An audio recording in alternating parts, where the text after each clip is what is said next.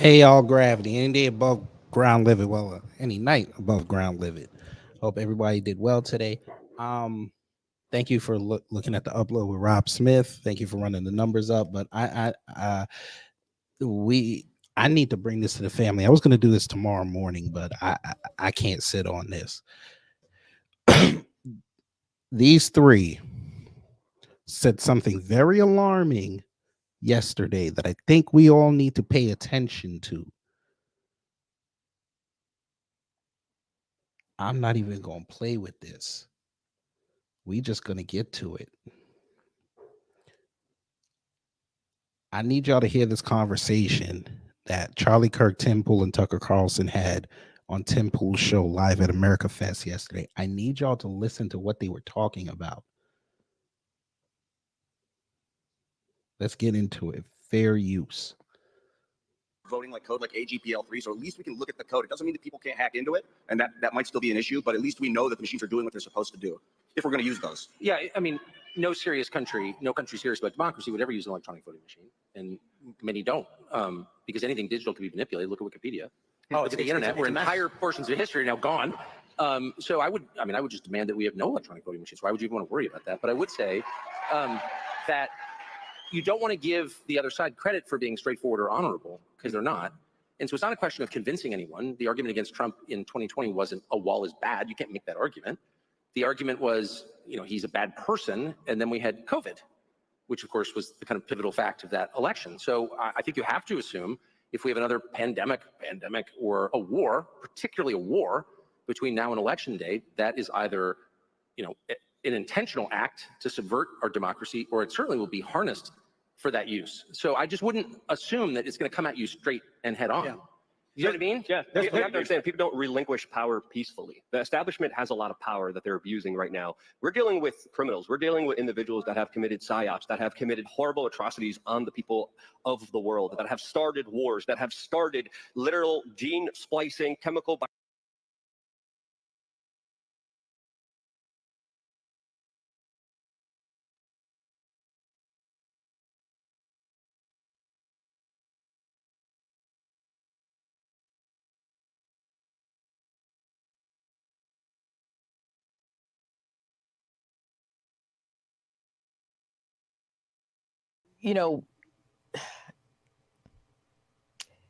Let me go here. There's a growing concern in.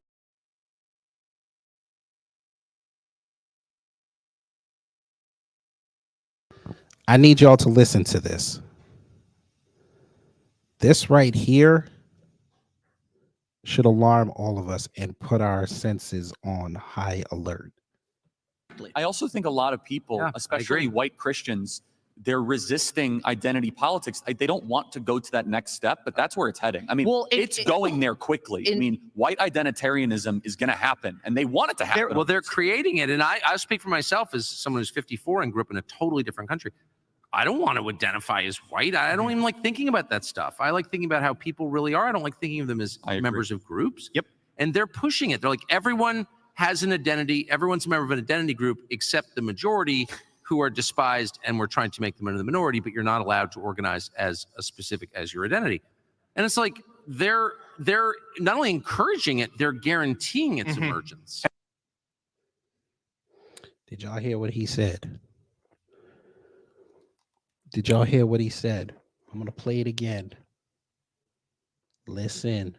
And I also think a lot of people, especially white Christians, they're resisting identity politics. They don't want to go to that next step, but that's where it's heading. I mean, it's going there quickly. I mean, white identitarianism is going to happen, and they want it to happen. Well, they're creating it, and I speak for myself as someone who's 54 and grew up in a totally different country. I don't want to identify as white. I don't even like thinking about that stuff. I like thinking about how people really are. I don't like thinking of them as members of groups. Yep.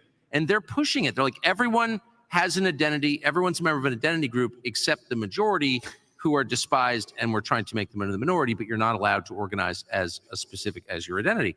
And it's like they're not only encouraging it, they're guaranteeing its emergence. And I also think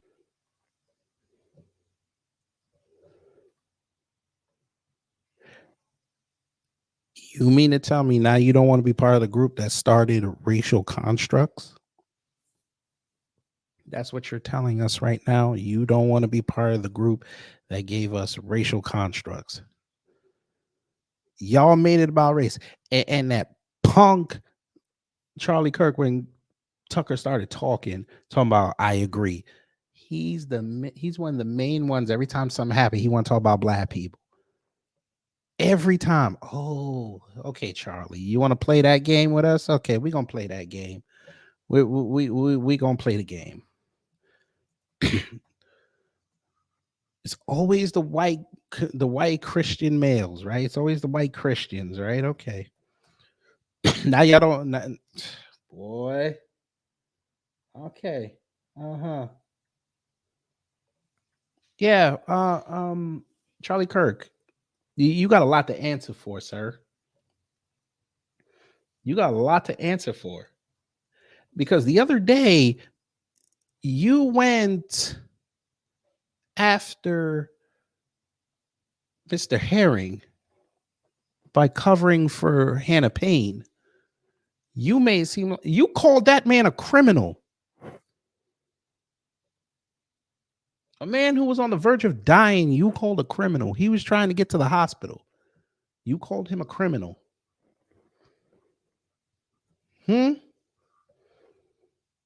Oh, now you want to be colorblind. You want to be colorblind. You saw a video like everybody saw Jordan Neely getting attacked for no reason. Because some scumbag thought that he was going to do something to somebody on a train, which he had ample opportunity to do it. And he gets choked out from behind. And you went there and said they were restraining him. When the man literally said, I can't breathe. We heard the tape. He can't breathe. And he didn't let up. He killed him.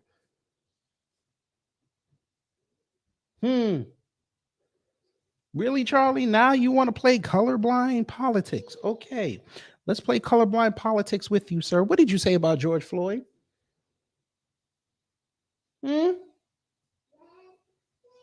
Rate actually went up 19% in this country because black police officers across the board didn't want to do their jobs. Okay, so Black Lives Matter is actually harmful to black lives. And I will say this also: I will not whatsoever ever take Black Lives Matter seriously. Because yeah, you sat there with her.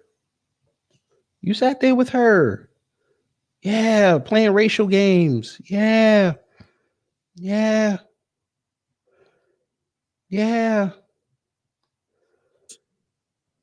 3 years since the death of George Floyd.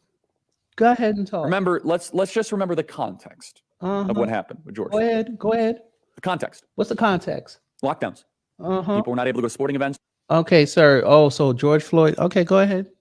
Gymnasiums, social clubs, bars. There's a lot of pent up energy. There was a desire for purpose.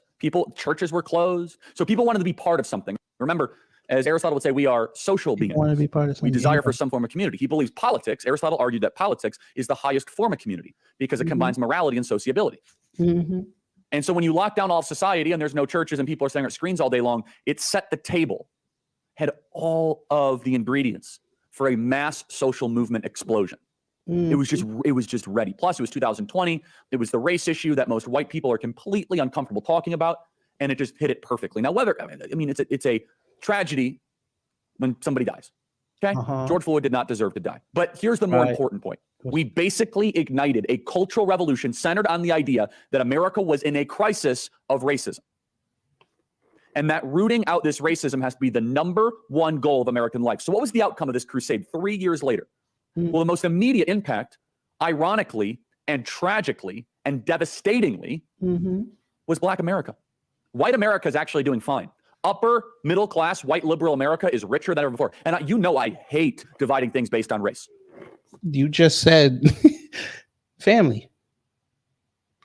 It's amazing how 7 months changes somebody, right? Amazing. He just said he agreed with Tucker. We shouldn't think about color. Yeah, 7 months ago, he was saying that white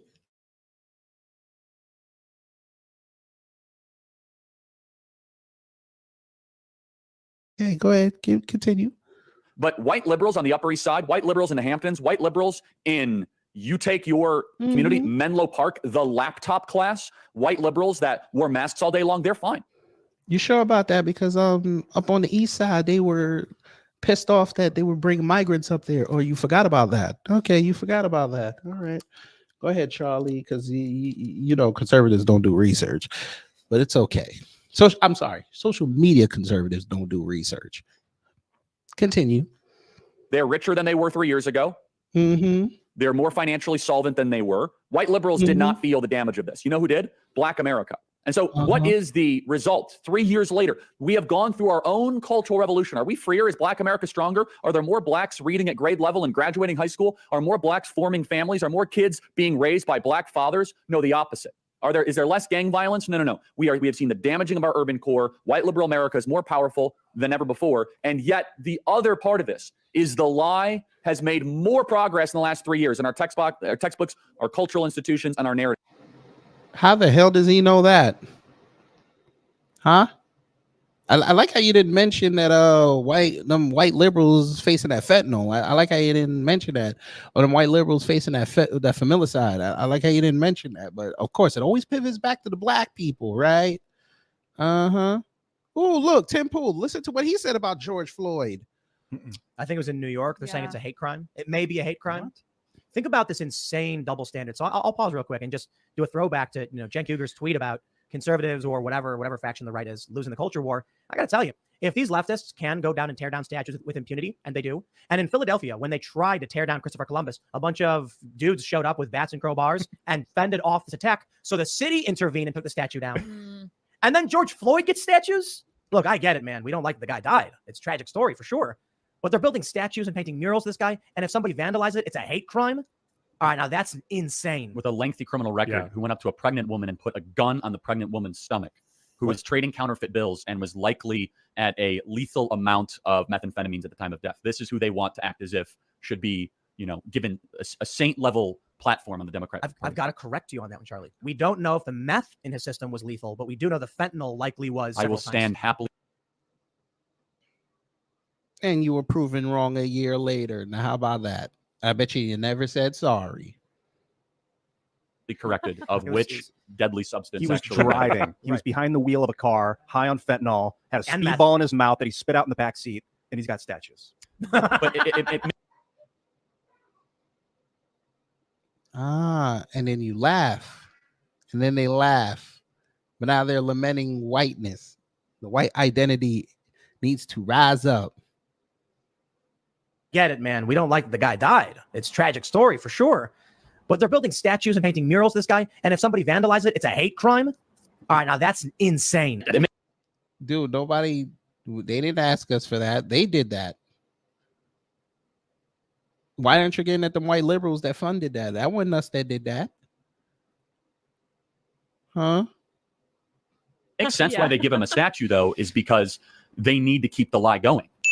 They say, well, African Americans make up the majority of the prison population, but they also commit a majority of the crimes. Which is a lie, but, Charlie Kirk and them are going wrong with that. And they also live in urban areas where the most crime happens. They're actually under-incarcerated per capita, per individual. There's their favorite phrase, per capita. There it is, per capita. Versus their dispersion in American society. Because of socioeconomic imbalance. Correct, I agree with that. Yes, has nothing to do with race. You just admitted it has everything to do with socioeconomic. Has nothing to do with race. You just admitted it.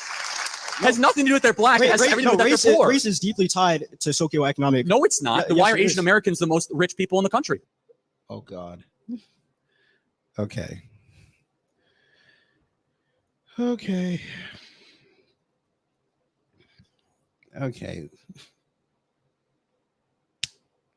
They always do this. But wait a minute. Yeah, it's funny because they keep saying that the Asians are the most wealthy people in the country. But every time you see those graphics, they always go to white people. So which is it? I need a definitive answer. Which is it?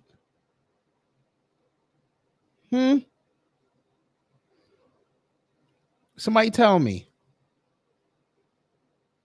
Because we know we know they be lying. We know this. We know Charlie be lying.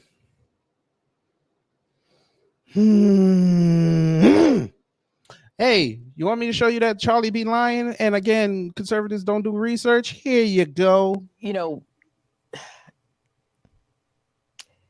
let me go here. There's a growing concern in Why he be lying?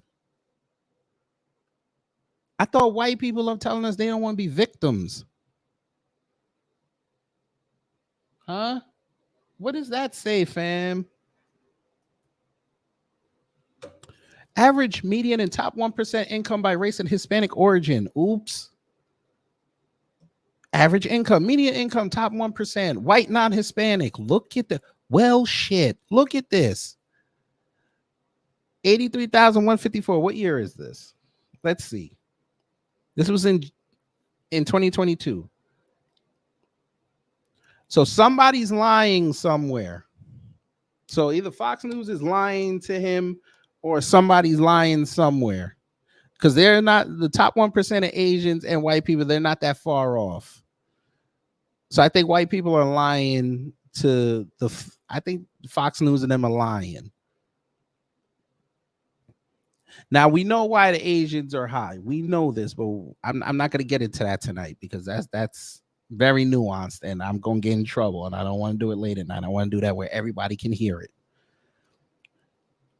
So according to Charlie, Asians make the most, right? Than white people. So again, I asked why every time I watch these graphics, they put up that the white median income is 171,000. They always do this. I need this answered. How is that possible?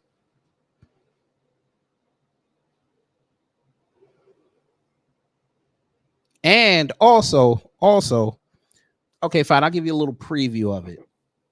You do know that sometimes they add Jews into the Asians, right? I wasn't supposed to tell y'all that. I'm sorry. I wasn't supposed to tell y'all that, but there's something you could go use in case, you know, when them white people try to play with us. Yeah, sometimes Jews identify, they put the Jews in the Asian to boost the numbers a little bit. I wonder if they came out with the 2023. I know 2023 is still going on. I wonder if they came up with that number. Not really. But then they always pivot to this, don't they? The Forbes 400 is usually white people and Jews. Usually. Where's the list? Damn. Elon Musk, they claim him as white. Mark Zuckerberg, they claim him as white.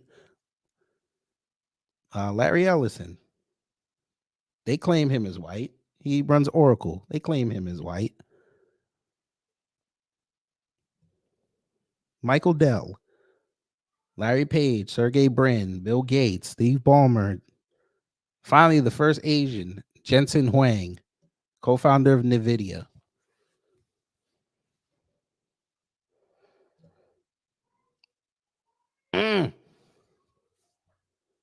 First black person, Michael Jordan.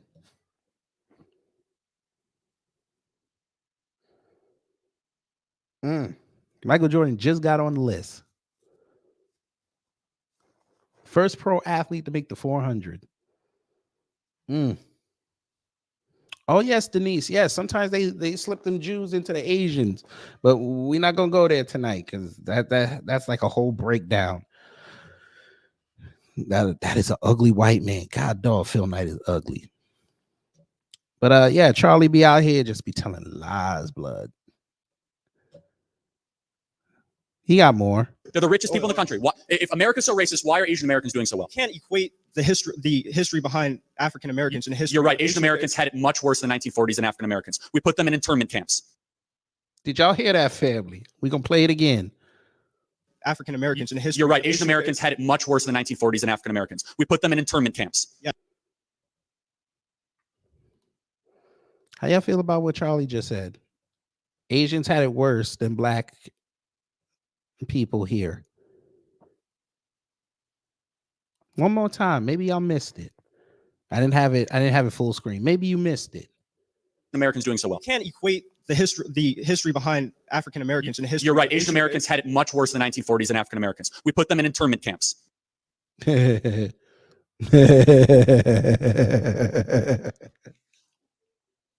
you go. Told y'all that what have we told you here in New Black Media? They're going to try to diminish what happened to the cousins. They're going to try to take away your culture. Then they're going to try to take away one of your biggest identifying factor, which it was slavery. They've been saying that, oh, you've had black slave owners.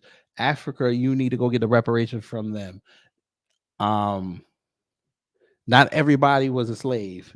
You were never a slave. Now, Asians had it worse than the cousins' ancestors and predecessors who not only went through slavery, but those who were fortunate enough to still be with us went through Jim Crow.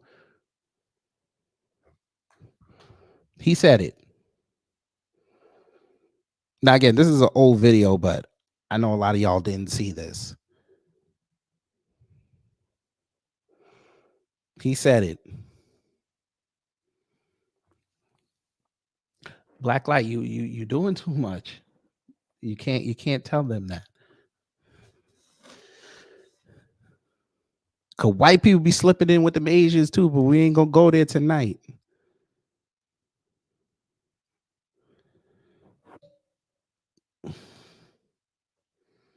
Yes. Do we put blacks in internment camps in the 1940s? Answer the question. Do we put blacks in internment camps in the 1940s? No, you hung them in the South. You beat them into submission in the North. You killed and buried them in the West and the Pacific Northwest. You bombed their cities all over the country. You ran a lot of them out of Rosewood and then took the town over. You flooded out a whole town to make a lake.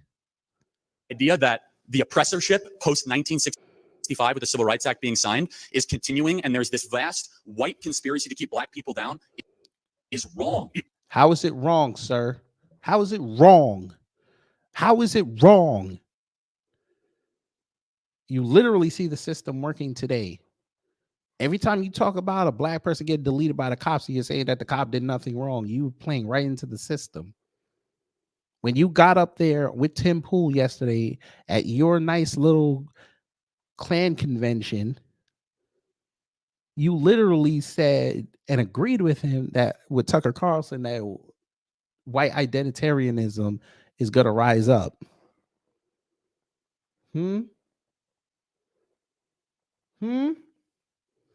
Pool is a white Asian.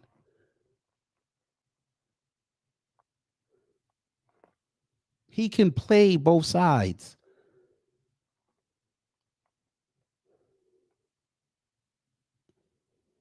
Charlie Kirk, you're a white supremacist. You can play that game.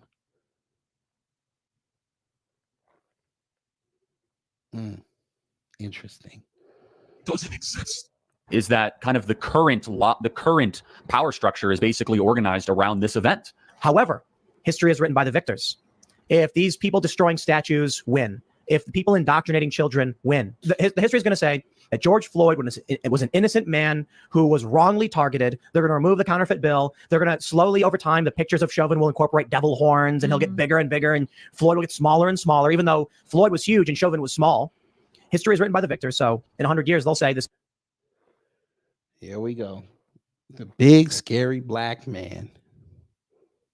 The timid little cop. All right, motherfucker. Well, the timid little cop is doing 22 and a half years.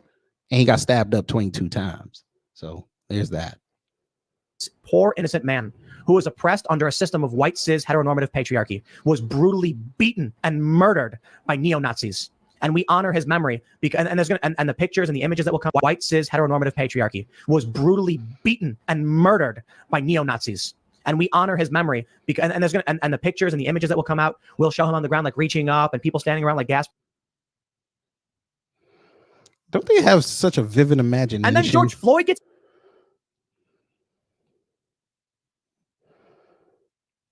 Oh, yeah. Yeah. You hate Juneteenth so much, you had to tweet about it. People sure do get riled up when you tell them the truth about Juneteenth.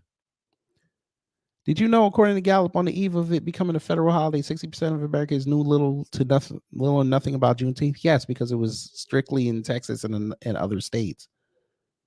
That was Biden's fault. He should never have made it federal, but okay, whatever. Joe Biden didn't post a single tweet about Juneteenth until 2019. We created a new National Independence Day because we allowed a bunch of Marxists to morally blackmail the American public post George Floyd. Screaming racist doesn't change the facts. But you then said that it's not about race.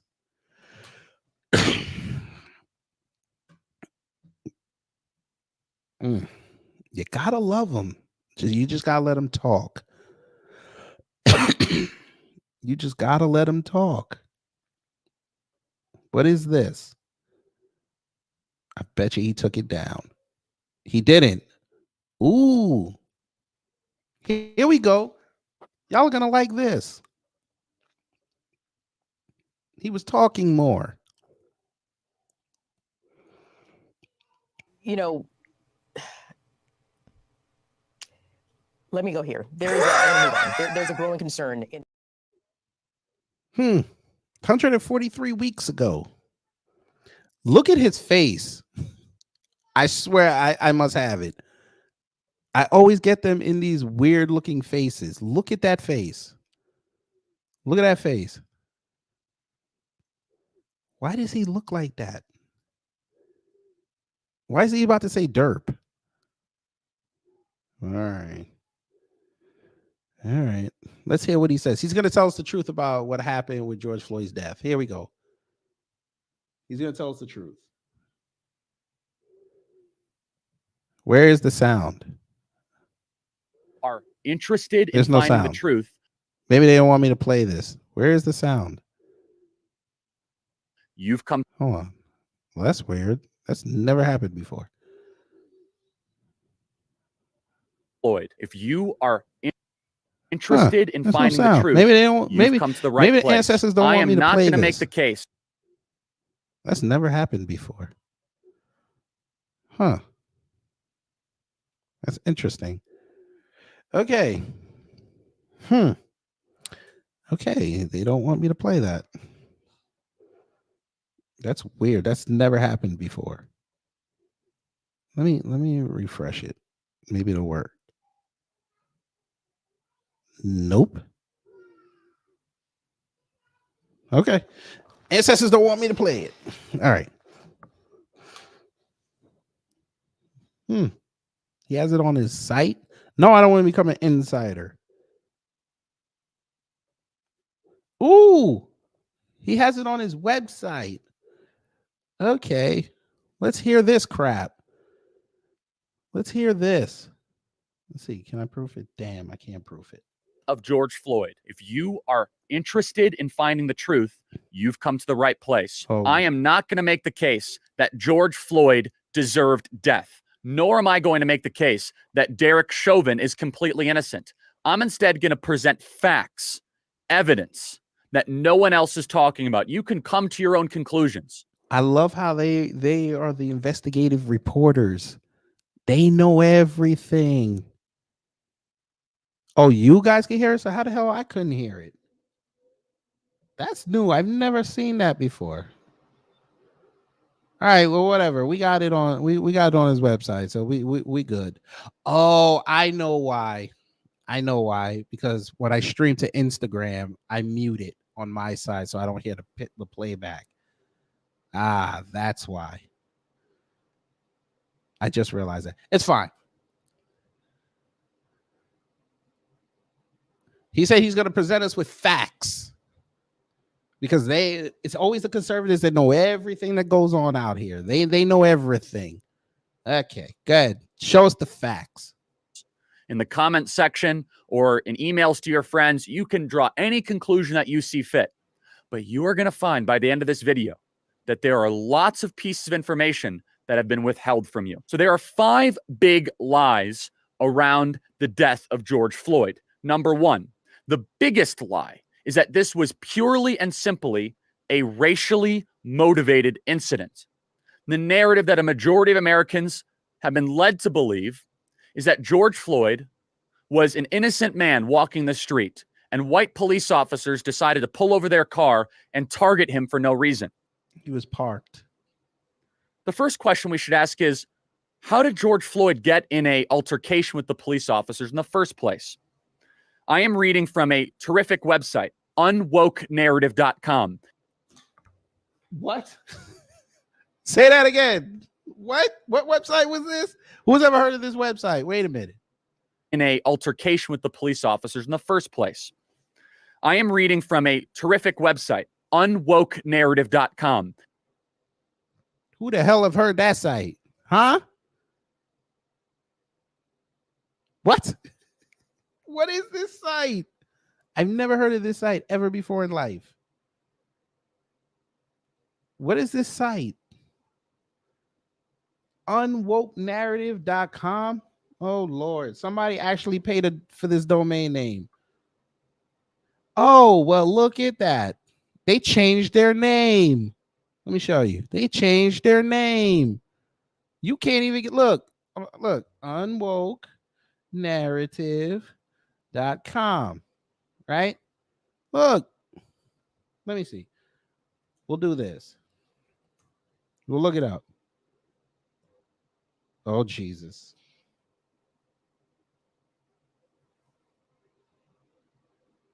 Oh, Jesus. So the first search term leads me to somebody that works on that site, and they work for the Federalists. Oh, Lord. Okay.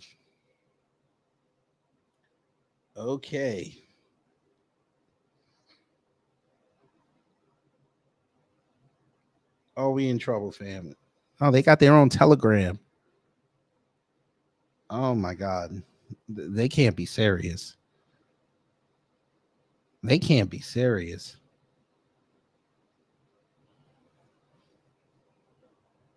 They have an Instagram, allegedly. Okay. Sure, Charlie. It's terrific. And a lot of the research and the evidence and the facts that I will be sharing with you are from this article and the work they have done, the truth about George Floyd's death. George Floyd was suspected of using counterfeit currency and counterfeit bills at a local store in his neighborhood. 2 officers, Lane and Kung, were informed that a man in a blue Mercedes-Benz was parked in front of Cup Foods using fake bills. When police officers approached the vehicle, Floyd was shoving counterfeit bills into the side of his seat. Now, just to give you a little bit of a frame of reference, these police officers had perfectly pleasant interactions with other black people surrounding the arrest of George Floyd. Oh, Lord. Play tape. But still, when officers say get out of the car, is he drunk? Is he on something? Oh, he got a thing going on. I'm telling you What about does the that police. We have problems all the time. Okay, great. Okay. We found a black man that's not well. Okay. So what? Entire video, you will find George Floyd resisting the police officers' direct orders multiple times. Play video. Are you on something right now? No, nothing. Because you acting erratic.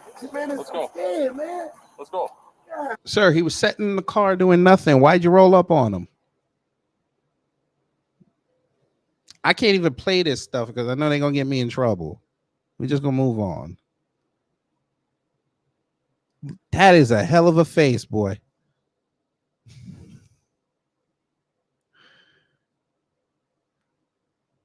Before any police officer touched anything near his neck. But here's another piece of very interesting footage from the encounter where George Floyd is saying, "I can't breathe," while he's in the cop car.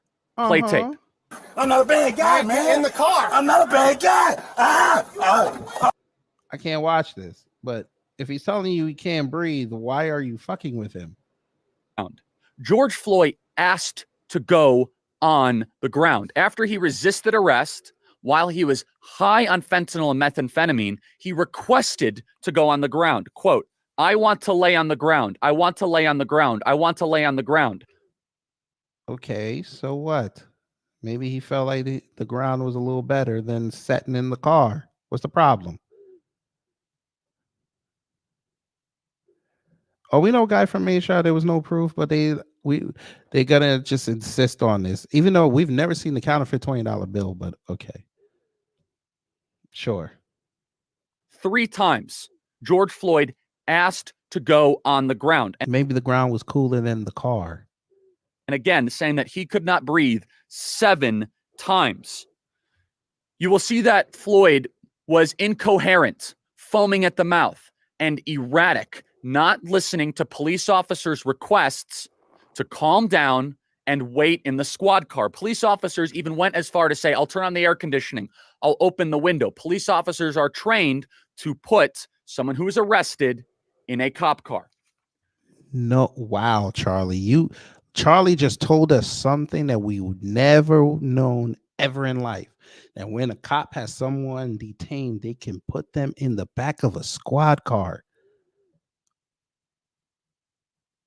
Oh my God, he taught us something new. Maybe they really do have the high IQs. Maybe, just maybe. Huh? No. I was joking.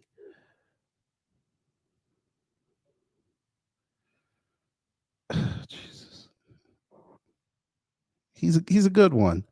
This is the next cut that's very interesting. George Floyd even... I ain't finna watch this. The Minnesota police are trained to do so. In fact, this is part of their training procedure. Here we go. And I quote, "Compressing one or both sides of a person's neck with an arm or leg without applying direct pressure to the trachea or airway, otherwise known as the front of the neck."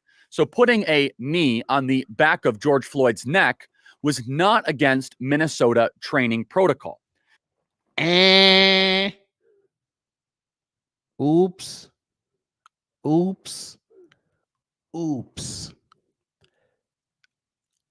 Charlie, hate to break this to you, but y'all's your new friend Liz, the broad who made Fall of Minnesota. Yeah. Chauvin's mom actually blew that little part up in all your faces. Remember, she brought his training manual. That wasn't what was impressed upon these people during training. Oops. There you go, telling lies. Look how blurry this is. It says chokehold deadly force option, defined as applying direct pressure on a person's trachea or airway. Neck restraint, non-deadly force option. Defined as compressing one or both sides of a person's neck with an arm or leg without applying direct pressure to the trachea or airway, the front of the neck.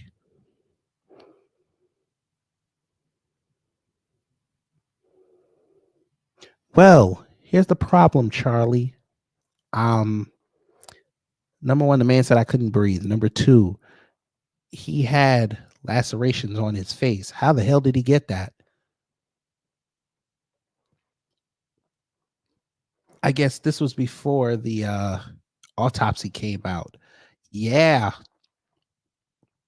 Kind of blew that part up too. He had facial contusions. He had injuries on his face. He didn't have that before the knee on the neck. We all saw the video. But continue. You're gonna white splain this. Continue. Which is that we know how George Floyd died, and we don't. In fact, there are 2 contradicting autopsies. The first autopsy that was conducted concluded that It's George a lie. Floyd had a significant, in fact, a lethal amount of fentanyl in his system. Which was a lie. That's how y'all interpreted it. Number one, we looked this up, sir. That amount he had in his system was not fatal. Oops.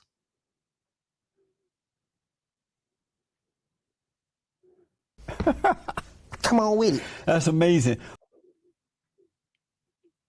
It's amazing they just keep running with that lie. That's not a fatal amount, sir. I get it. 11 is big for y'all. I get that. What is it though? I don't see it anywhere. What is it? Huh? What is it?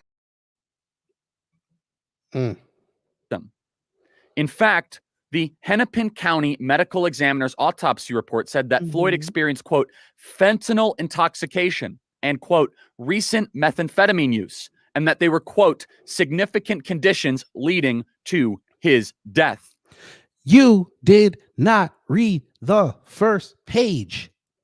They always skip to the second page.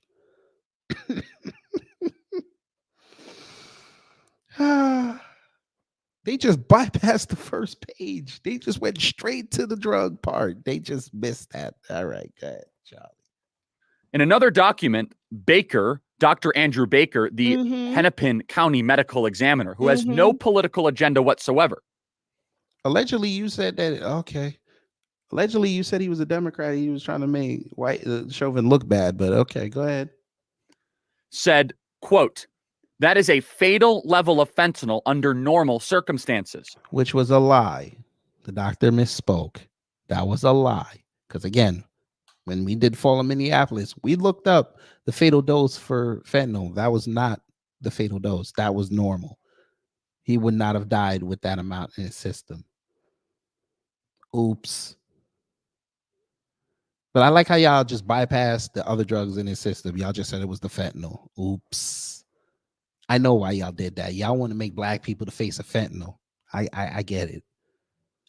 In a memo filed on May 26, Dr. Baker concluded that, quote, the autopsy revealed no physical evidence suggesting that Mr. Floyd died of asphyxiation. Dumbass. He got the body 12 hours after George Floyd was pronounced dead. And again, when we did Fall in Minneapolis and when we did that live stream, we showed that strangulation does not present in the first 12 hours. Injuries like that do not present themselves. You could literally look this up in any medical journal. They'll tell you that. Or suffocation. Let me say that again. The medical examiner for Hennepin County said, quote, the autopsy revealed no physical evidence suggesting that Mr. Floyd died of suffocation. Now, prior to issuing the autopsy report, the Hennepin County Medical Examiner preliminary found that, quote, autopsy revealed no physical findings that support a die. He said it. Listen again. He said it. Or suffocation. Let me say that again. The medical examiner for Hennepin County said, quote, the autopsy revealed no physical evidence suggesting that Mr. Floyd died of suffocation. Dumbass. That's why it's called preliminary. You math whiz. Preliminary. Preliminary. That means that's just the initial. You jack off. They're just seeing what they're seeing initially when they get the body. Oh my God. You can't be serious. We did it for you, Charlie, since y'all don't want to read, because y'all just start here. This is where y'all started. I'm sorry. Where was the page? Where was the drug page? I think it wasn't it the second page?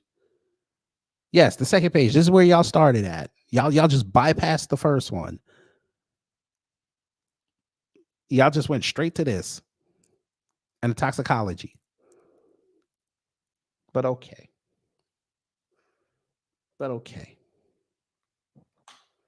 Look at that first page.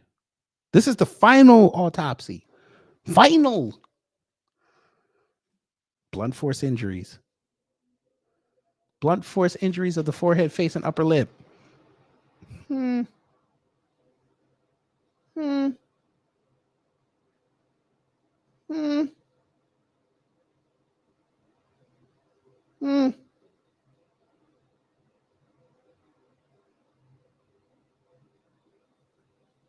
Hmm. But okay.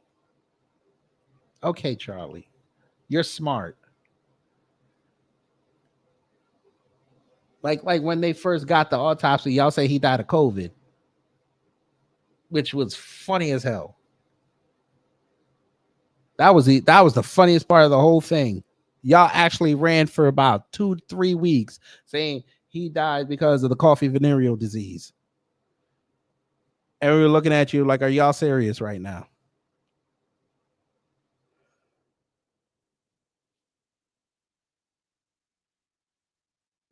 Mm-hmm. Mm-hmm.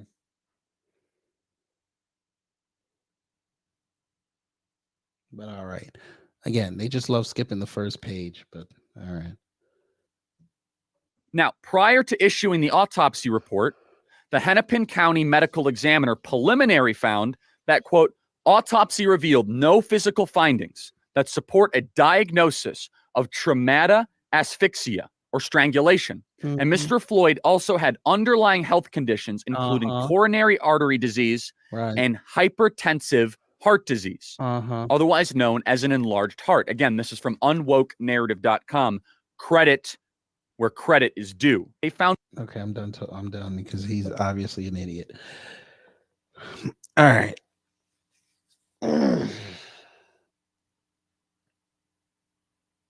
I didn't mean to take that left in the road, family, but I just want y'all to understand this is the guy who is saying, who was talking about white identitarianism. This is the guy. This is the guy. This is the guy. But everything he had to do was about race. One more time before we get up out of here, family. One more time. I want y'all to hear what old Charlie Cook, or what I now call him Charlie Keeping It Real Plan, had to say about white identitarianism and how he agreed with what Tucker Carlson said. Fair use. I think a lot of people, especially white Christians, they're resisting identity politics. They don't want to go to that next step, but that's where it's heading. I mean, it's going there quickly. I mean, white identitarianism is going to happen, and they want it to happen. Well, they're creating it. And I speak for myself as someone who's 54 and grew up in a totally different country.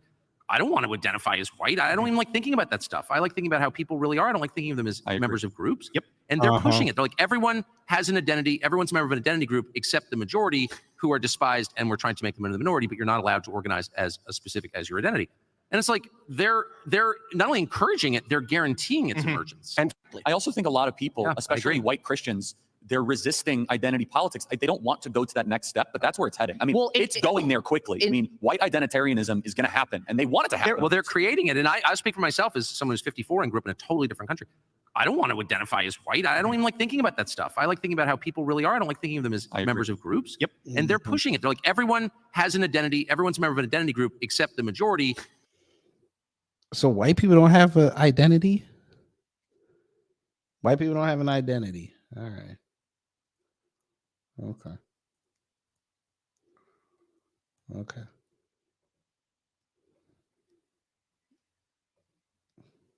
I believe white privilege is just the ability just to be free and white and not have the same type of social, economic, and social ills as black people have to deal with. The class that created racial constructs in this country now are pissed off that they think that the racial constructs are leaving them. The majority think that nobody recognizes that they're white.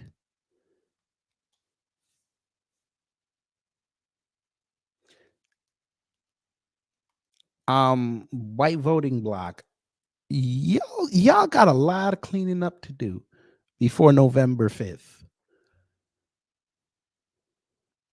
Y'all might have to have a nice little internal civil war because y'all's white Christian conservatives are making y'all look bad. And a lot of y'all keep it quiet because I get it. It's the holidays. You just keeping your head low. You want to make sure you could provide for your families. But the amount of bullshit that you see on social media, like, it's hilarious. Family, I got into a discussion for about 2 days with this fool. We were talking about Cornell and how many Jews go there because somehow Israel and Hamas came up, but whatever. How the hell did this person, while we were talking about that, pivot to white people getting killed by black folks? Like, how did we even get to that point?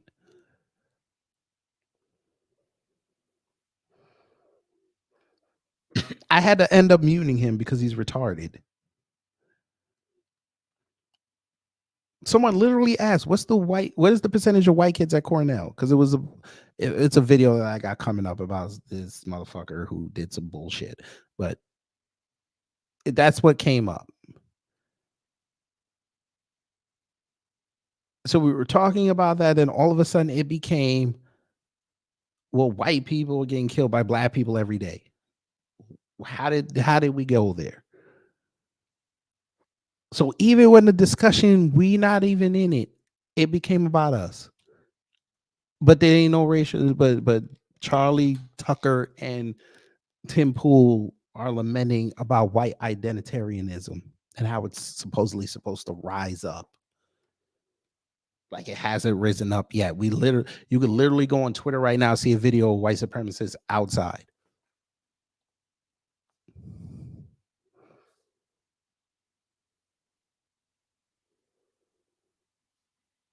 All right, though. Y'all got it. Y'all got it. But I need y'all to stay vigilant, family. They're desperate. They're in their desperation mode right now. They're going to do everything possible to silence us. Everything. And we can't allow that. So before I get up out of here, I'd like to thank y'all for coming to this late night stream. I really appreciate it. And before we go, we got to let the good brother sign us out beautifully. Take care. Stay safe. And you know what to do when the agents of chaos come to mess up your day. Continue with the moment of truth in just a moment, but first, a word from the official sponsor of Black Empowerment, Power Tools. There's no telling when something's going to come up, so make sure you carry your power tools at all times. You never know when you're going to need to bring the hammer down, or when you'll have some trash that needs to be blown away, or some obstacle that requires cutting down. Don't get caught empty-handed. Keep your hammer close by. Keep that leaf blower at the ready, and always carry your steel. Power Tools. Because no matter what your day job or side hustle may be, there's no excuse for not being ready to put in some work.